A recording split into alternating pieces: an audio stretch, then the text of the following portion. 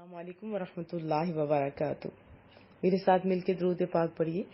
اللہم صلی علی سیدنا و مولانا محمد وعلی آلہ و اصحابہ وبارک وسلم۔ ہم لوگ مسجد نبوی کی تعمیر کا ٹاپک پڑھ رہے تھے۔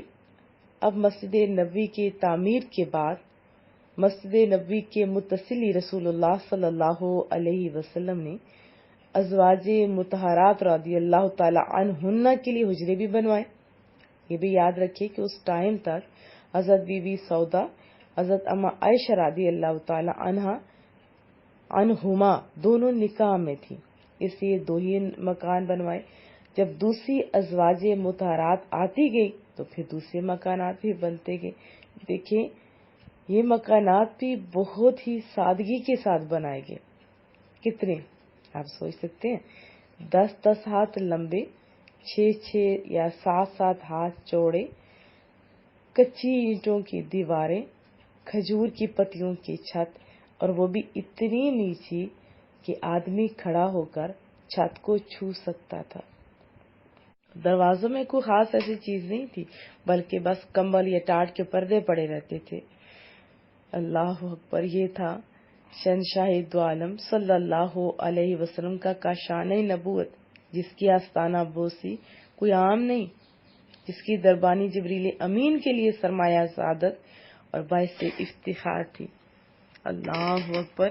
اور دیکھیں شہنشاہ کونین، جس کو رب ذوالجلال نے اپنا مہمان بنا کر عرش اعلیٰ پر سامنے بٹھایا تھا نا، اور جس کے سر پر اپنی محبوبیت کا تاج پہنا کر زمین کے خزانوں کی کنیاں جن کے ہاتھوں میں عطا فرما دی، اور جس کو کائنات عالم میں تصرفات کے مختار بھی بنا دیا، ایسے تو بے بس نہیں تھے نا، بلکہ اللہ نے اختیارات دیا۔ اللہ کے محبوب تھے، اور یہ مطلب بھی تھوڑا ہوا کہ جو اس کا محبوب ہو جاتا ہے وہ بے اختیار ہو جاتا ہے، نہیں، اللہ تو بڑا قدردان ہے۔ کوئی عام سا بندہ بھی ضمن عرض کر رہی ہوں جو اس کے رستے پہ چلتا ہے، اللہ اس سے بھی بڑا شانوں سے نوازتا ہے۔ اور رسول اللہ صلی اللہ علیہ وسلم کی شان اقدس، اللہ اکبر، ہر امتی ان سے پیار کرتا ہے، ہر امتی۔ اور پھر دیکھیے کہ یہ محبوب جن کی ابھی گھر کے تذکرے ہو رہے ہیں، ان کی زبان کا ہر فرمان کن کی کنجی، اور جس کی نگاہ کرم کے ایک اشارے نے ان لوگوں کو جن کے ہاتھوں میں اونٹوں کی مہار رہتی تھی، آپ ذرا عربوں کی پس منظر تو پڑھیے، انہیں اقوام عالم کی قسمت کی لگام عطا فرما دی۔ اللہ اکبر۔ وہ تاجدار رسالت جو سلطان دارین شہنشاہ کونین ہیں، ان کے گھر کا یا حرم سرا کا یہ عالم ہے۔ اور شاعر نے بڑا اچھا لکھا تھا کہ اے سورج بول تو صحیح، اے چاند بتا نہ تو، تم دونوں نے اس زمین کے بے شمار چکر لگائے ہیں، مگر کیا تمہاری آنکھوں نے ایسی سادگی کا کوئی منظر کبھی بھی اور کہیں بھی دیکھا ہے؟ اللہ اکبر۔ پھر دیکھیے اس کے بعد مہاجرین کے گھروں کی باری آتی ہے، اور مہاجرین جو اپنا سب کچھ مکہ میں چھوڑ کے مدینہ طیبہ میں تشریف لے گئے تھے، ان کی سکونت کا بھی اہتمام کیا گیا۔ رسول اللہ صلی اللہ علیہ وسلم نے مسجد نبوی کے قرب و جوار میں ہی، یعنی قریب ہی میں انتظام فرمایا تھا۔ اور یاد رکھیں کہ انصار نے بڑی قربانیاں دی تھی، یہ ہمارے لیے رول ماڈل ہے، ہم وہ مسلمان ہیں، اپنا محاسبہ کریں بھلا، بڑی قربانیاں دی تھی اور اتنی فراخ دلی کا مظاہرہ کیا تھا کہ اپنے مہاجر بھائیوں کے لیے اپنے مکانات، زمینیں اور مکانوں کی تعمیرات میں ہر قسم کی امداد بہم پہنچائی تھی، جس سے مہاجرین کی آباد کاری میں بڑی سہولت ہوگی تھی، یاد رکھیں۔ اور سب سے پہلے اس نیک کام میں جس انصاری نے اپنا مکان رسول اللہ صلی اللہ علیہ وسلم کو بطور ہبہ کے نظر کیا تھا، یعنی بطور تحفہ دیا تھا، آپ کی نظر کیا تھا، اس خوش نصیب کا نام بھی سن لیتے سعادت کے طور پر، حضرت حارثہ بن نعمان رضی اللہ تعالیٰ عنہ ہیں۔ کیسی پیاری ہستیاں تھی، اللہ اکبر۔ ازواج مطہرات کے مکانات حضرت حارثہ بن نعمان ہی کی زمین میں بنائے گئے نا۔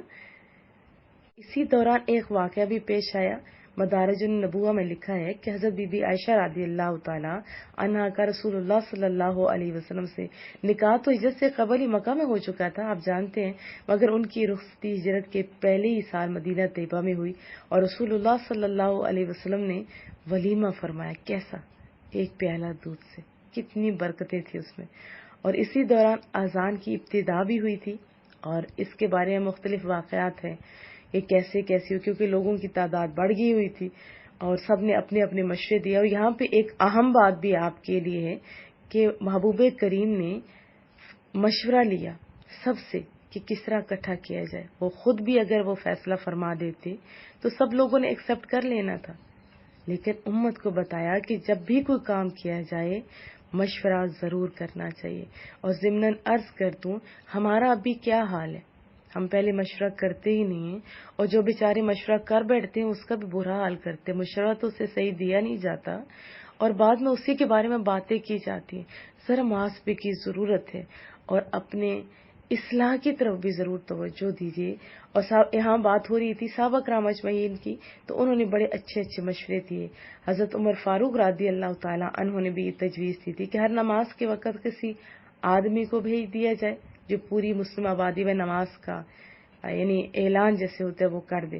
بلال کی آواز چونکہ بہت پیاری تھی، بہت خوبصورت تھی، بہت بلند تھی، تو ان کو اذان کے لیے چنا گیا۔ ضمناً عرض کر دوں کہ یہ جو روایات مشہور ہیں اور بڑے کھلم کھلا کہا جاتا ہے کہ حضرت بلال کی زبان توتلی تھی، وہ کلیئر بول نہیں سکتے تھے، اذان نہیں دی تو اس طرح سورج جو ہے وہ ڈوب گیا اور روشنی نہیں ہوئی ایٹسٹرا، یہ ساری من گھڑت روایات ہیں۔ پہلا مؤذن ہو، آپ خود سوچئے، پہلا مؤذن ہو اور اس طرح ہو کہ اس کی زبان بھی کلیئر نہیں ہو اور لوگوں کو وہ دین کی دعوت دے رہا ہو، آپ خود سوچئے نا۔ حضرت بلال کی آواز سب سے پیاری تھی، سب سے بلند آواز تھی، اللہ نے انہیں بڑا مقام دیا، غلامی سے امام تک پہنچا دیے محبوب کی اطاعت میں۔ بہرحال اذان کی بات ہو رہی تھی تو پھر مختلف صحابہ کرام اجمعین کو خواب کے اندر یہ الفاظ جو اذان کے ہیں نا یہ سکھائے گئے، اس کی وضاحت انشاءاللہ تعالی پھر مزید بتاؤں گی۔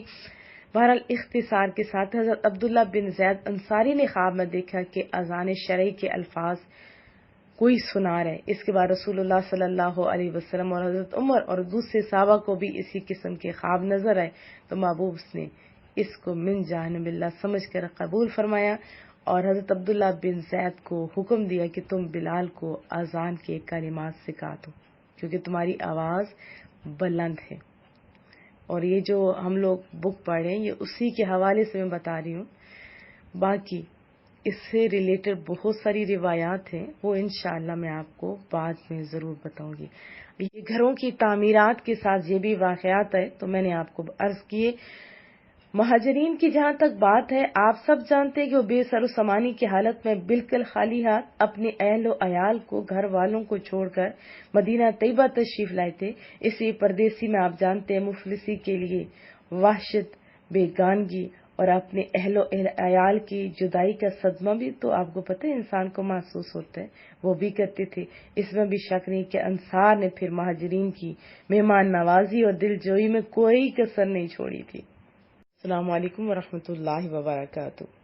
میرے ساتھ مل کے درود پاک پڑھیے۔ اللہم صلی علی سیدنا و مولانا محمد وعلی آلہ و اصحابہ وبارک